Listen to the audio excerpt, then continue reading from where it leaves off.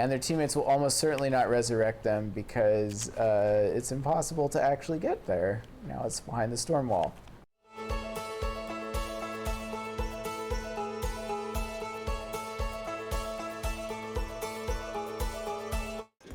Alright, Terrible Cellbore here with Fortnite Battle Royale on Nintendo Switch. I am playing on a Nintendo Switch using a Nintendo Switch Pro controller. If you like this content, please like and subscribe it because I really like engagement. I like responding to comments. If you see something in this video that you want to ask about or you want to complain about how terrible I am as a player, go ahead and put it in the comments and I'll argue with you. It'll be great. Anyway, so the purpose of this video here, so normally I just do solo v squads. I'm still setting up solo v squads in the queue, but what I'm actually going to do here is I'm going to teach people how to play Fortnite as of Chapter 3, Season 1. So essentially, this is a Battle Royale game. So the concept of the game comes down to there is a set number of people, in this case 100 people are going to join on the same map. There's a third-person shooter, and then what you're going to do and what I'm going to do in this video is I'm going to attempt to be the last person standing by essentially eliminating all other players or outlasting all other players. So if you've never played a Battle Royale game before and you're watching this, essentially if you ever watched the video or the movie The Hunger Games or anything kind of like that, the essential premise is that a large number of people enter the arena but only one can leave. So Fortnite in particular, because it's a third-person shooter, it does have sort of survival elements in the sense that your health can get damaged, things like that, but it's not extraordinarily complex. Essentially, the only kind of items you see, there's three kinds of items that I'm going to run into, which is utility items, guns, and then various health items. So if you're watching this, first thing I'm going to run into here, I've got food, which count as foraged items. These are essentially food items that restore a small amount of health when you eat them. If you're playing competitively or you want to play competitively, I'm going to tell you right now, food is kind of like the best way to like generate health. Food will always restore some amount of health if you eat it, but it will also do something, usually it has secondary effects. So food items usually regenerate some amount of health slowly. Somebody has like actually calculated how much it does like per second or whatever, but that's not what I'm going to aim at. What I'm going to aim at now is instead of thinking about what regenerates the most health or how fast it does, essentially know that when it comes to items, yeah, also my spouse is next to me sneezing up a storm. It's okay. Basically, right here, so I have three different food items. So one's a coconut, apples, and corn. Corn's the best, only because I like corn. If you know anything about America, you know America's cool top export is corn. So essentially, you have two health bars. One is the green health bar, which is the lower one that you can see in the lower left corner of my screen. That is what you might call your default health or your actual health. And then the blue bar is essentially a representation of additional health. So you'll die if your green health bar reaches 0, but you won't die if your blue health bar does. But blue health bar gets hit first when people attack you. So if I get shot while I still have blue health, then what's going to happen is I am going to run into the blue health will get eaten up first before it starts chewing through my other health. Okay. The other thing is item rarity. So if you notice, I have in the lower right hand corner, I have items that have different colors. So the one I have selected right now is corn. Then I have a green item, there's a little potion that actually increases my blue health, which is referred to as shield, goes first, right? Next is my SMG, which has a rarity of uncommon, so it is green, it does more damage than a standard SMG. I have a gray assault rifle, and then I have a gray pistol. So gray does, basically as far as item rarity is concerned, the rarer an item is, the more damage it does. So we're gonna run over here really quick and get some stuff. I'm gonna raid this ammo chest to get more ammo. And I'm gonna look out here using the aim button, see if I can see anybody. I don't see anybody. Okay. So essentially, when you're playing Fortnite, you need to think about what will... When you're trying to survive, the whole point is you want to make it to the end and then defeat the last 1 or 2 people that are still alive. As the game goes on, the map size shrinks, and it slowly shrinks down to what would be kind of like the equivalent of a Counter-Strike map in like 2004. So it's really interesting because I actually did not play a lot of video games between the time of 2012 and about 2019-ish. So thanks Fundamentalism. So essentially, I was not paying much attention to video games. So I went from kind of like an era when first-person shooters were pretty much in the Battlefield 2 or 3 stage, you know, where like, you know, map sizes were kind of limited to whatever you could sort of fit in like a gigabyte or two. And then now, of course, and you'll see this with Fortnite, the actual map size is ginormous. Like, the starting map size is, I think it's like 2 or 3 kilometers if you were to like scale up, assuming my character is a normal person size. They scale up an insane amount. So essentially it's like 2 or 3 kilometers across, and it's a circular island. So it really does kind of feel like an actual physical space. Way more than games when I was regularly playing FPSs. So if you're wondering what I'm doing, if you look on my minimap in the upper right-hand corner, I don't know my left or my right, you see there's like a little yellow circle that's spinning around. I am looking for somebody in that circle because I interacted with an object in the game world that kind of shows me where somebody is. In exchange, I have to try and assassinate them. So I get like a bonus season currency if I assassinate them. Now, I don't see anyone, so I'm just gonna keep moving.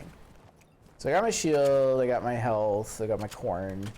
The key distinguishing feature of Fortnite compared to a lot of other games that I remember from my childhood, young age,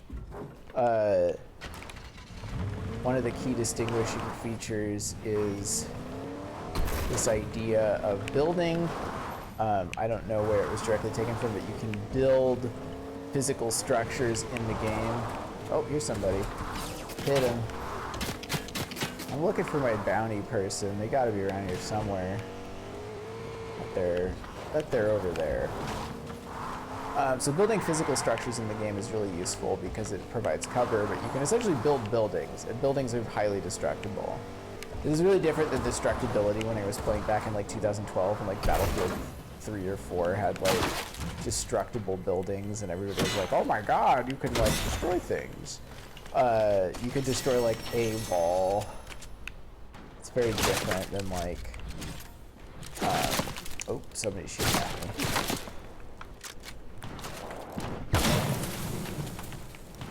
Just gonna look for folks. There we go, there's one.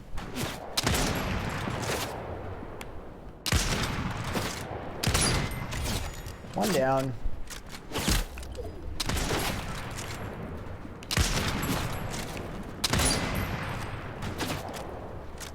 So let me just build up real quick. So you can do things like build little towers. People can, of course, destroy them, which is fine, but I'm gonna...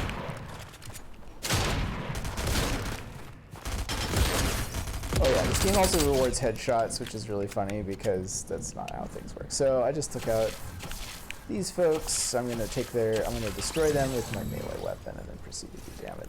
This is a terrible how-to video. I'm too distractible.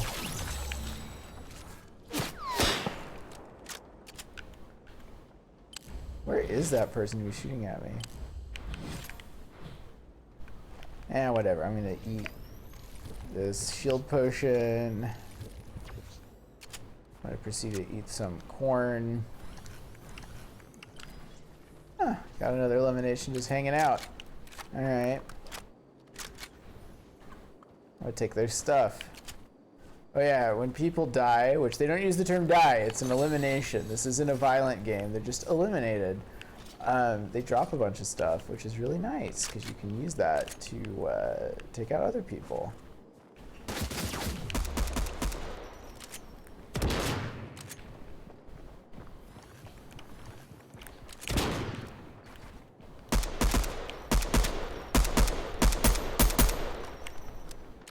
This guy's kind of scared of me for some reason.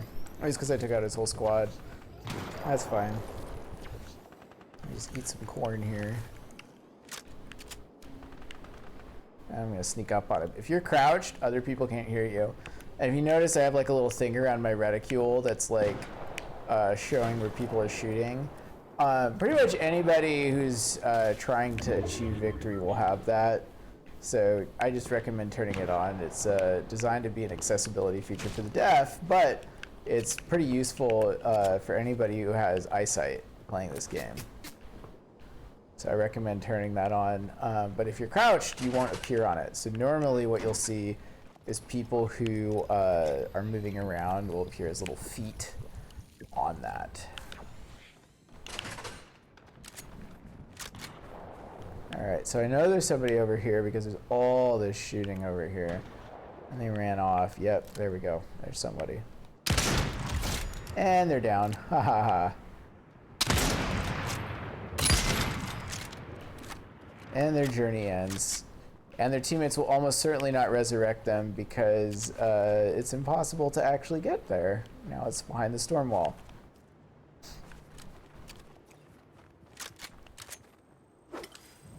I'll use this for fire.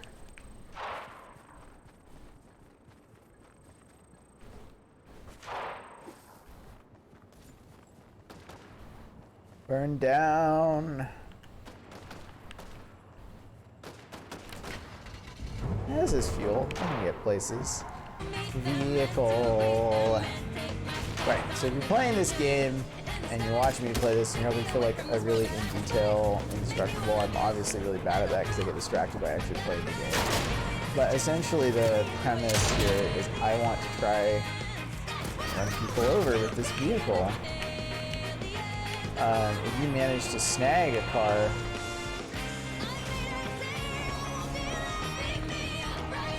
you can run over people and it does a certain amount of damage for every time you hit them.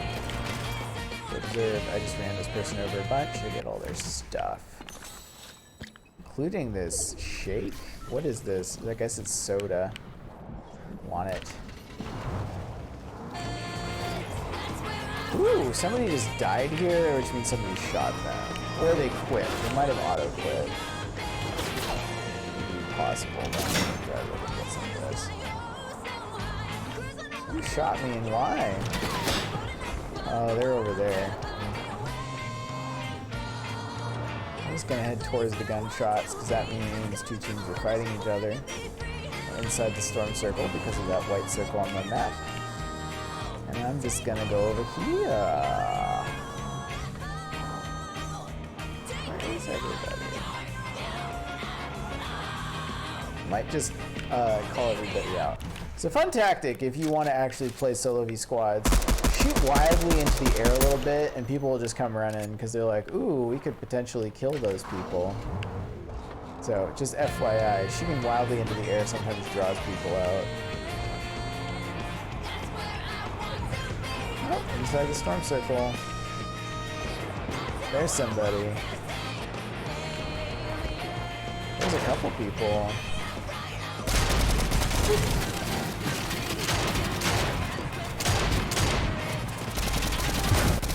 And I'm out.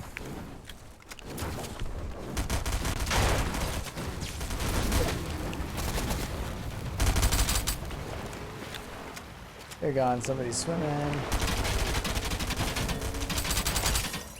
SMGs are really good at this kind of like deal a lot of damage very quickly thing, so very useful for eliminating people fast. Alright, I want this item. Spray. Use it while you're moving, which is really nice. Okay.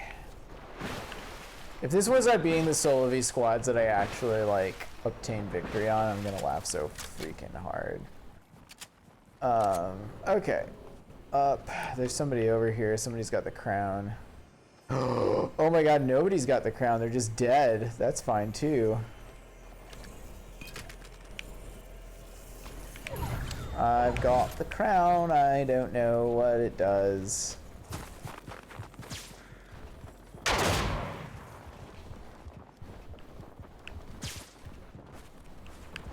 Somebody's down there.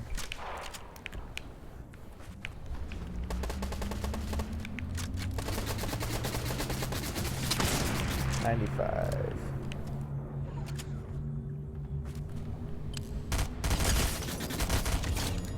Down. Excuse me, I gotta spray myself. Okay, so if you're playing solo v squads, just FYI, if people start walking towards the zone, that almost certainly is where their teammates are. They got rid of, like, checking folks.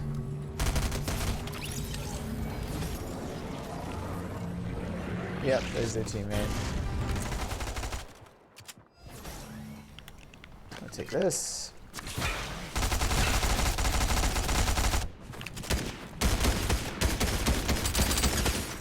Oh, and I'm down. Oh well. 6th place, not bad. Terrible instructable though. So yeah. Let me try that again. Just enjoy that. I'm just gonna explain what I do while I go. Maybe you'll like that, maybe you won't. Let's find out. Change up the formula.